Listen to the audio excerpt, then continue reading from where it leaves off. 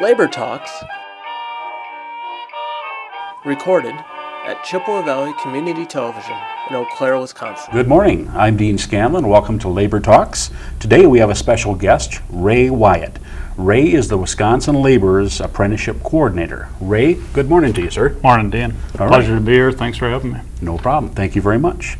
Ray, as you're the Apprenticeship Coordinator for the Wisconsin Laborers, can you give us a little bit of background about yourself, family, job experience? Sure. Currently married, and I've been married for over 20 years. I've got a 25-year-old daughter, and I guess how I got started in the industry is I was pursuing college. I was going for an accounting degree, and from there, that 25-year-old daughter I was talking about, she came along a little early in the program, so that led me to get into the construction industry. For start, I did work in a non-union sector doing concrete and finishing, and that led me up to where I am at today, and I actually started in the union in 97. Awesome. And I actually started out as a sewer water end of things, and I was a pipe layer starting out, and that kind of led me up to the situation I'm in now, or the position I'm in now, I should say. Awesome. So you got in about 97? 97 is actually when I joined the union, yes. Okay, awesome. Well, Ray, what we're here to talk about is the Apprenticeship Coordinator's position with Wisconsin Laborers. Sure. Say I'm a person coming in, I have some skills, but I don't have a lot. I'm probably not the best hire, but what can I do to become a laborer? Do I have to become an apprentice if I don't have enough skills? What are your thoughts? By all means, that is the intent of the program, and not having skills coming in, that's what the program is here for. With the program, they're getting on-the-job training, and through our training center, we're getting them valuable and also broad-based learning to cover a lot of different situations that they might encounter. As laborers, we cover a pretty broad spectrum of different things that we do, being that we work in building, heavy highways, sewer, water, and also the asbestos. Right. So our training gives them a, our training gives them a broad spectrum of what they're going to encounter out on the field. Sure. Well, we'll talk more about the classes in just a few minutes, but for example, like I say, I'm coming in new. What sort of tools would I need to have once I'm accepted into the apprenticeship? Definitely, there's a select few items that you're going to definitely want with you. Hammer holster, hammer, and measuring tape and things of that nature. Safety glasses, all your personal protective gear. Again, that is what we're here for, is safety. So definitely we're going to want to have those type items. Okay. And then as you start working with the contractor, you're going to find out the more I guess, tools that you're going to need Sure. for the project. And then, of course, I would say probably basic necessities. Is there a certain type of pants they prefer? I know some jobs prefer flame-resistant clothing, but could I get by with denim? And then work sure. boots, just Yes. basic safety tool? Yep, and definitely depends on, again, who you're working with and what type of work and application that you're working with. Sure. Whereas if I'm working in a sewer tunnel, I could probably get by, well, I'd have to have the safety equipment for sure, but if I'm doing landscape, I probably wouldn't need the big heavy boots necessarily. Correct. Okay. Yeah, just like I say, some ideas there, so.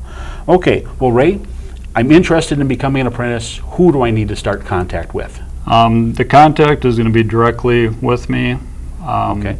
I can be found on our website, wilaborers.org, and I do have all our test dates posted statewide. Okay. Now, when you say test dates, say I live in Spooner, say I live in Green Bay, say I live in Kenosha or Janesville. Is there locations there that I could also go to for information? Absolutely. Okay. I do send out our information to different job centers, and I am also looking for new places to send our information, but I send that out biannually, and if I hear from somebody that would like to be added onto that mailing list, by all means I would add that to it, And then also, again, our website will be posted for our testing dates statewide. Okay. Now, Ray, what are some of the requirements if to even be considered for the apprenticeship? What would I have to be? Minimum requirements is that you are 18 years of age. There is a minimum test score that you need to achieve with our AccuPlacer test score that we do. I travel the state and administer the test. We also have adopted this year the ACTs. So individuals coming in from high school, as long as they've got qualifying test scores, they can use those test scores in lieu of the AccuPlacer test. Okay. Now, when you say tests, are we talking reading? What's on the test, basically, what I need to study for? Would it help if I did my math practicing beforehand? Absolutely. Okay. It's a two-part exam. It's a reading comprehension and arithmetic. For our reading portion, it's a 55% pass and a 35% pass for the arithmetic. Okay, very good, very good. Now, when I do get accepted into the apprenticeship, do I have classes I have to attend? And how many hours are entailing the whole project? Our apprenticeship program itself consists of 400 working or 4,000 working hours. So with whatever contractor the individual ends up with, they're going to work 4,000 hours with that contractor or a combination of contractors. And then it's also 400 hours of training in our training facility. Okay. Now, say I work 2/3 of the summer because I didn't get in until a certain date, but I work 2/3 of the summer. Am I off for the winter, or is there a chance that I could work to get more hours? There is always a chance that you could be put out on another project. Again, that's where the training comes in, and getting these certifications is going to get you that higher rank on that ladder. If you are the first one laid off, however, you would be the first one called out for a project that came open. Good, good. Okay, now you had mentioned training. Where is the training center, and what classes per se do you have available? Our training center is located in DeForest, Wisconsin. It's right off the interstate, headed towards Wanakee, exit 131. Very easy to find, so it's convenient for those coming from statewide, because we do have everyone from statewide come to our training facility down there. We do also do outreach training to a specific contractors, and we also do it at the different locals statewide, 5 locals statewide. Our training consists of, early on in the apprenticeship, we're going to do an OSHA 30. We're going to get the safety training out of the way, hoisting, rigging, first aid, CPR, flagging. And then there's also an environmental portion to the apprenticeship program where they'll either take a hazardous waste worker course or an asbestos supervisor or worker course. Okay, good. Now, you had mentioned the OSHA 30. Is that relatively new? Because it used to be a OSHA 10, then a 10 plus, and is that now gone away? It's now a 30? As far as in-house, we have done away with the OSHA 10. There's definitely a big push through our contracts that everybody have the OSHA 30. So we have just gone to doing strictly the OSHA 30s. Good. And then you have other OSHA classes as well. You have a multitude of training facility classes, shall we say. Can you name some of those programs, if you would? Sure. Yeah, we're also doing MSHA training, so we've got the MSHA certification, mine safety and health. Okay. And we also do a hoist rig. We've got some new equipment there that we're going to be utilizing this year. So it'll be very interesting to see that in action. We've got hydromobile in for our scaffold classes, and we're doing as much work as we can outside with our weather limitations during the winter months when we do the bulk of our training. We do a general construction course. We've got concrete and advanced concrete, mason tending, and scaffold builder courses as well. Sure enough. Okay. Now, Ray, so are the classes only for the day, or do I spend the night somewhere? Some other trades will do like night courses and put it out to tech. We do all ours in-house, and we're doing it in blocks. So our training is done a week, 2 weeks, and our longest class being 3 weeks, which is our pipe class. And with that class, we actually do some cross training with the operators, which is it's a very neat experience to get some hands-on. Sure enough. And there again, there's a place I can stay when I come down for classes? Absolutely. As an apprentice and even as a journey worker, the training, you'll get a meal check at the beginning of the week. We do put the individual up in a hotel. They will be roomed with one other person. That part is all taken care of.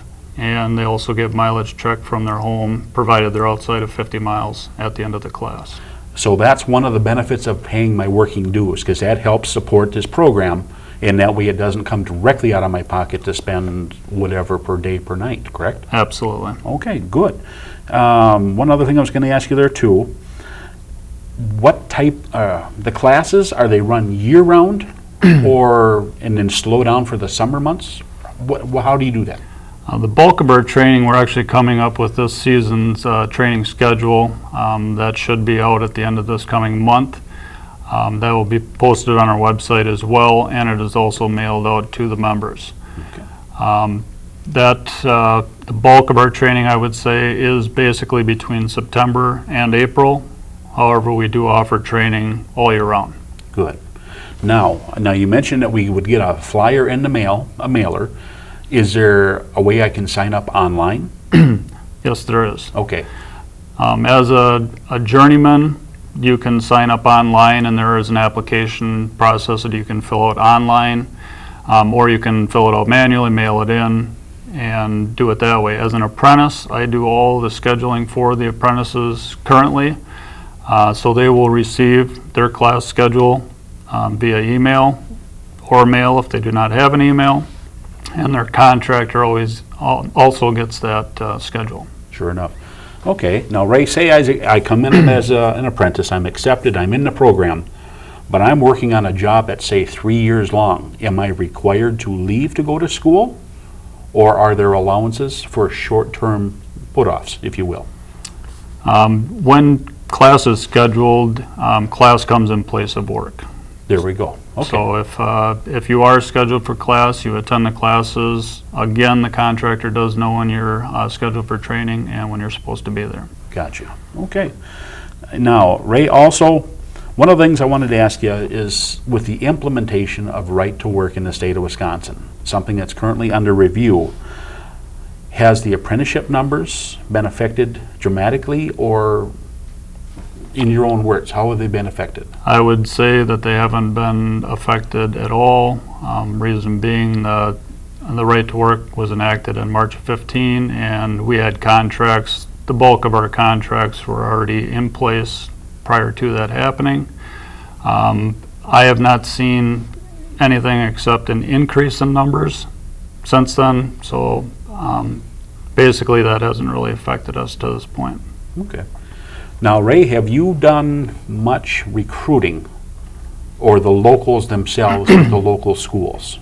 Because I know it's good to have a good, strong workforce. The younger we can get them in, the better they are. To the job force, be it the unions or the standard work. The issue is somebody contacting the schools to speak with those kids that aren't going to go to a 4-year college, but would be better suited for a job that would sustain a family. Has anybody been doing any contacts with schools? Absolutely. I've been into several schools myself and done different outreach efforts that way. Also locally, our locals have been reaching out to schools, and we've got a lot of new and neat things in the works, and we've been working with several of the CBOs, statewide community-based organizations, to get that word out and to let them know exactly what we have. Awesome. And if there's anyone that would like to set up a visit and see what we do, I would be more than happy to do that for them. Sure. Now, one of the things I know that around the area, state fairs, county fairs, town fairs, quite often there's a booth set up, and it's a labor booth. It's not just for laborers, but I've seen it from other trades as well. I believe it's the building and trades. And quite often I've seen information about their programs. I don't recall seeing anything that past previous years, but are there flyers for people just walking through a fair? As far as our program individually, yeah, absolutely. We do have those available, and at the fairs or career fairs that we do set up at, we have those available. And definitely we're trying to get as much outreach as we can, to get some awareness out there. Good, good. That's nice to know. All right. And Ray, one of the things I was going to ask you too, do the apprentices traditionally work out of state, or do you try to keep them in state? Primarily they're in-state as far as numbers go, but we definitely do have several that are working out of state.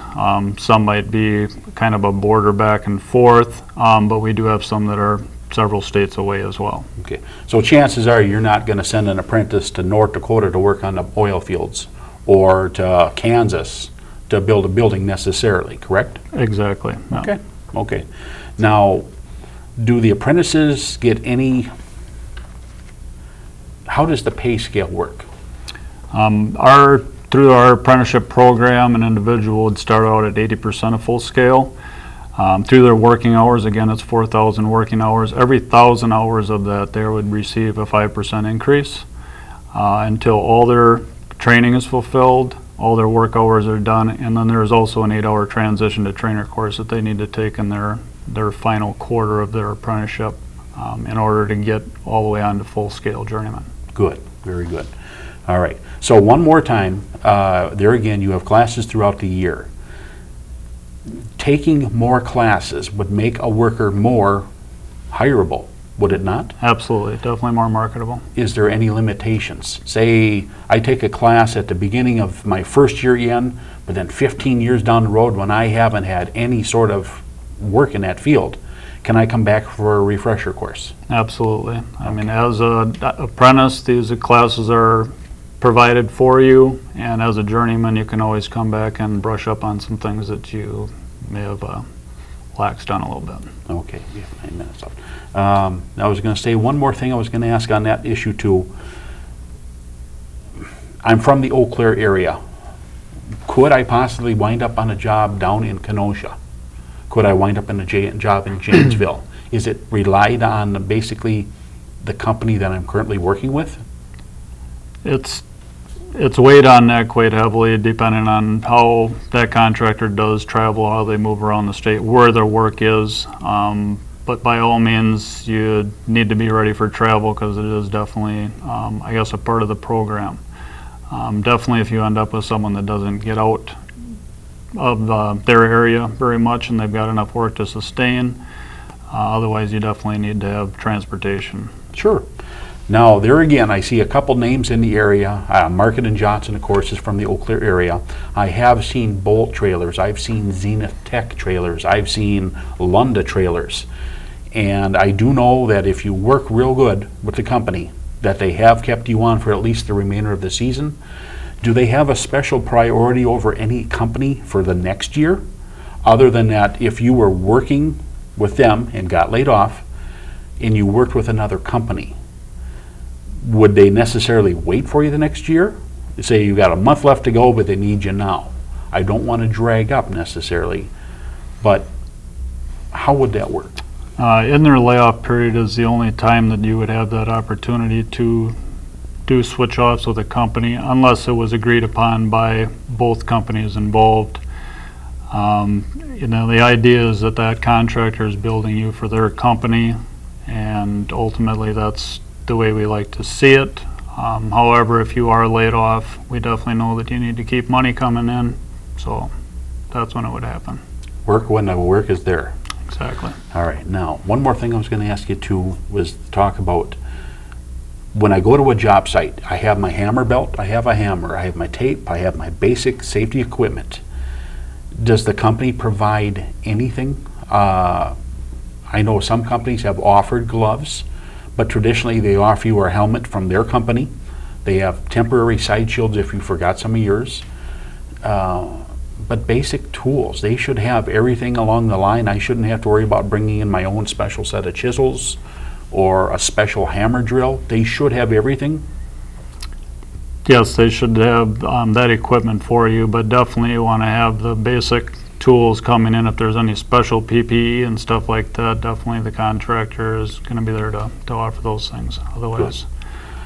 Good. Okay, now, one of the things I was going to say also with the contractors themselves, I know like the Zenith Tech out on the bridges. I know they have some operator engineers to run the equipment out there, whereas Market and Johnson maybe has the lift, the boom truck guy. What would be beneficial when working with those guys that are operating the crane or the boom? Is there a class per se? Oh, definitely. We got our hoisting and rigging class that definitely ties in with that. Also, kind of going alongside that is the flagging. Obviously, you got a lot of equipment and stuff moving in and out, but definitely the hoisting and rigging class is very beneficial for working in and around the cranes, especially if you're going to be signaling. Sure enough. And then also with the road work that's going around in Eau Claire, there's not a lot, but there's some.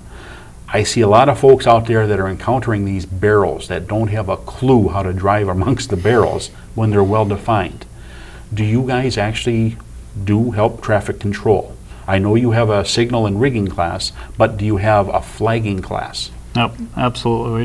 We do a flagging class. It is a 1-day 8-hour course that gives them the basic layouts, because a lot of times you'll have a barrel outfit come in and set out the barrels, but you may be responsible as a contractor for setting up and tearing down or making intermittent changes throughout the day as the contractor. So maintaining them on the fly, if you will. Sure enough. No, that's some good stuff to know. Now, in the course of, say, there was just an accident just out on the bypass here the other day.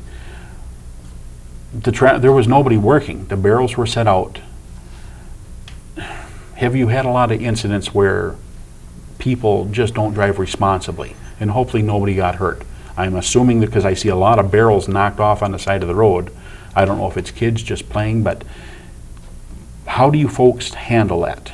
Is it your job to straighten them back up again, or like you say, is it an outside company that would take care of that? I think you ultimately got to take that on. I mean, you got to know what you're doing. Number one, that's why you got to have that training and know where you're setting it up. Because if you don't know what you're doing, you ought not be setting it back up. Sure enough. But however, you should have that contact and just to verify that everything is set right. If you don't have that wherewithal. Okay. And Ray, we're getting close here, but when again is the apprenticeship testings? Is it throughout the year, or is it primarily the spring? We pretty well got it to a set point statewide. Right now we're running it basically from February until September is our last test dates. I will do specific contractor requests where I will do testing for a contractor that has someone that they're intending to bring on that might be outside of the scope of our testing. But that is basically our test time. That is when the bulk of the new hires are brought on, is in between those months. Sure enough. Okay. And let's see. There again, down at the training facility, we have everything set up except our daily lunches. We would provide our own meals. You have the training facilities ready for us. You have the lodging at night. Do you folks have activities that you do in the evenings as a group, or are you pretty much free to roam? We do not have anything structured or specific. We do have the hotel is set up there, and there is pool and a nice hot breakfast for them every morning, so it is very nice accommodations for them when they do come down. And again, that is taken care of. But yeah, they're pretty much free to go and act responsibly as adults. Okay, so as long as we maintain our respect for the people we're with, we don't get into trouble, it shouldn't be an issue. Absolutely. Awesome. All right. Running out of things. Ray, we're getting close here. Do you have any closing comments you'd like to offer? I guess I'd just like to reiterate about the ACT scores. Also that our testing, when you do take a test, the test scores are good for 5 years now. That is newly adopted this year. The ACT scores, passing score for that is a 15 for reading and a 14 for the arithmetic portion. So if they are coming out of high school, as required that they have the ACTs now, so we are accepting those test scores also for 5 years running. Okay. And there again, one more time, the better they do with the math and the reading skills, the higher they're going to place, the sooner they'll hope to get out in the field. That is not correct. It's not? No, okay. it's not. Okay. It is a pass-fail And basically, in their specific area or whatever local they test at or wherever they're intending to be at, they will get a list of contractors, and they are able to then go out and solicit themselves for their first employment. Okay. And that is actually what gets them started in the apprenticeship program. Them taking the test and passing the test doesn't make them an apprentice, and it does not make them a local union member. Okay. Them finding their initial employment will have all the above happen. Okay. I'm sorry, I did not know that. That has changed. And there again, Ray, any other closing comments you'd like to offer on top of that? Just that you're very safe out there this week, and make sure you're getting enough liquids, and thanks for having me. No problem. Well, we still got about a minute. Cheapers. At a loss here. Anyways, well, tell you what, we'll go ahead and wrap her up now if you don't mind, okay? It has been a pleasure having you here, Ray. We do thank you for your time for making the trek. We will get the word out there, and hopefully get some more folks get in and signed up with you, okay? All right, I appreciate Thanks you for having coming me. up, Ray, okay? Thank you. All right. Well, folks, we're just about out of time here, and I'd like to thank you for having us here. We would like to thank the Wisconsin Labor Apprenticeship Coordinator, Ray Wiatt, for stopping in for this interview, and also for the crew here at the studio. Please join us again next time on Labor Talks, and have a good day.